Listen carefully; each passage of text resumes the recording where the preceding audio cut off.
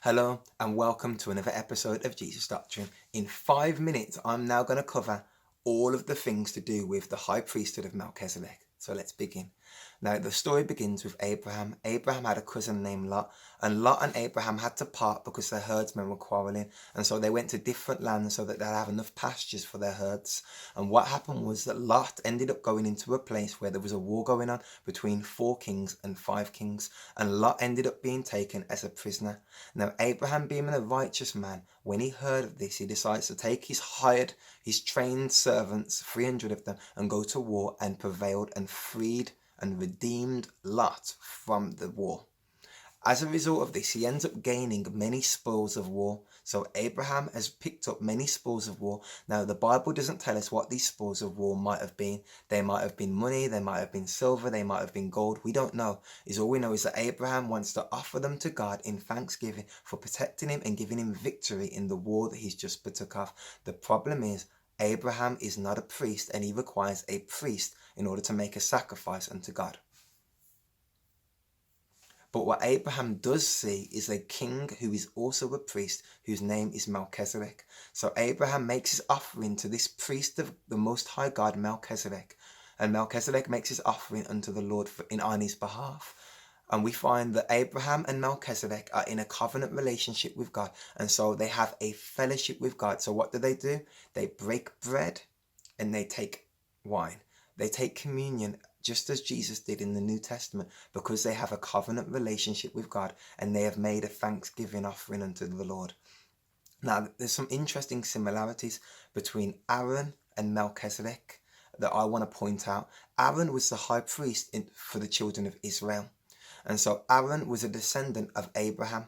So we have Abraham, then we have Isaac, then we have Jacob, then we have Levi, and then we find Aaron and Moses were descendants.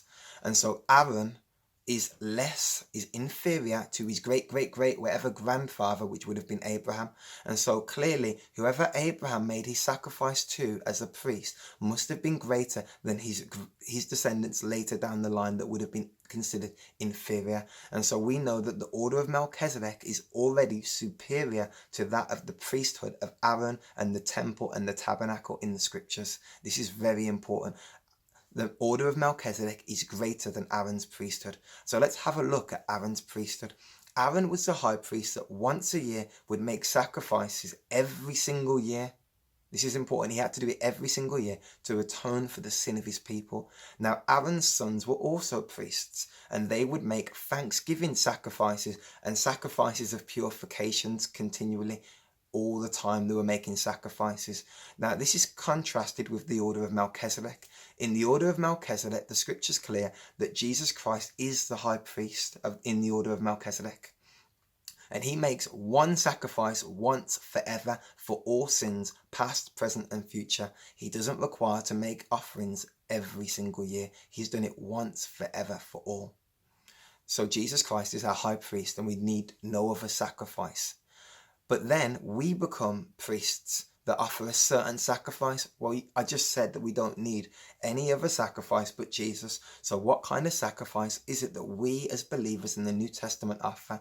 We offer our bodies up as a living sacrifice in thanksgiving for what God has done on the cross through his son Jesus Christ. This is a beautiful picture of who we are. Now, I also mentioned that there are some similarities between Melchizedek and Jesus, and they start here. Melchizedek was a priest and a king. Jesus is a priest and a king.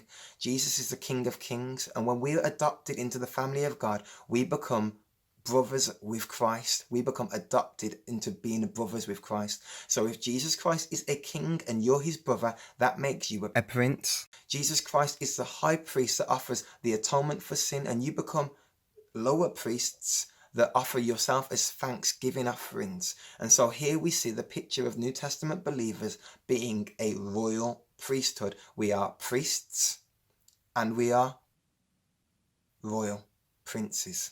because we're the children and the brothers and sisters of Christ. This is important. So now we see a picture of we're a royal priesthood. Now, Jesus didn't inherit his priesthood from his father, from the Levite system, because he was from the tribe of Judah. He was always a priest without his mother and father and without genealogy. And so too, you and I that are Gentiles or not from the tribe of Levi can be considered priests because of the order of Melchizedek.